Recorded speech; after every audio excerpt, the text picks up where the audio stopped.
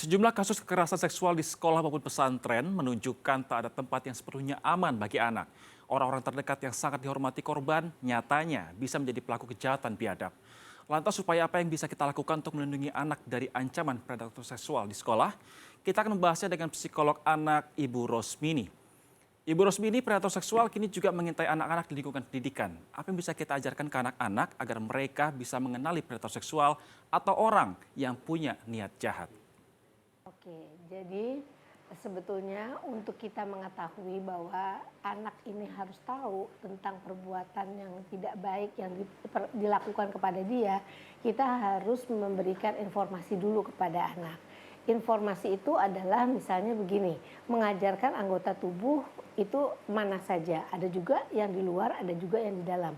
Terutama yang di dalam itu yang tidak boleh dipegang, disentuh atau dilihat oleh orang lain. Nah, itu harus diberikan, diajarkan sejak mereka balita, ya.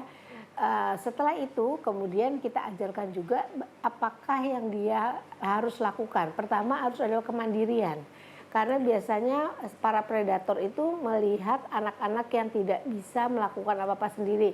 Misalnya ingin membasuh, kalau buang air besar, air kecil harus dibantu, misalnya kayak gitu. Kalau mandi harus dibantu. Maka semenjak kecil anak kita ajarkan untuk lebih mandiri, terutama hal-hal yang terkait dengan badan.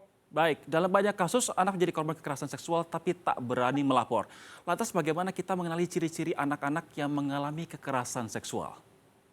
Lihat ada anak perubahan perilakunya, misalnya menarik diri, Oke. atau dia kemudian ada yang kadang-kadang sampai demam tinggi, ada yang kemudian terbawa dalam mimpinya ngigo, ya, terus kemudian ngomongnya nggak keru-keruan, rancau lah gitu ya, terus kemudian dia juga tidak mau berteman sama orang lawan jenisnya atau sejenisnya.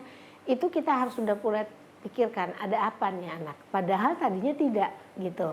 Jadi ada rasa kecemasan, ketakutan tertentu pada orang-orang tertentu, ini yang kita harus lihat. Biasanya perubahan perilakunya ada, lebih pendiam, tidak mau makan, atau kemungkinan malah jadi lebih nakal, jadi lebih tidak bisa diatur karena misalnya dia memberontak gitu karena dia nggak berani. Baik Ibu, lalu bagaimana caranya agar anak lebih terbuka dan berani mengadu saat mendapatkan ancaman dan atau menjadi korban kekerasan tindak seksual?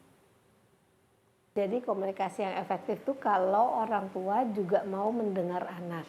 Kadang-kadang anak di rumah itu powernya nggak ada, less power. Yang mau didengar adalah orang tuanya terus. Sementara si anak kalau ngomong dianggap angin gitu. Nah, harusnya anak dikasih selalu kesempatan untuk bicara dan jangan mengekat atau memotong pembicaraan karena hal itu membuat dia merasa oke, saya berarti nggak boleh ngomong nih ya.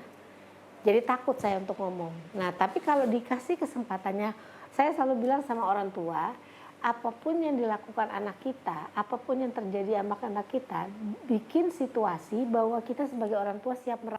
Oke, baik Ibu Rosmini, terima kasih atas waktu dan juga penjelasannya.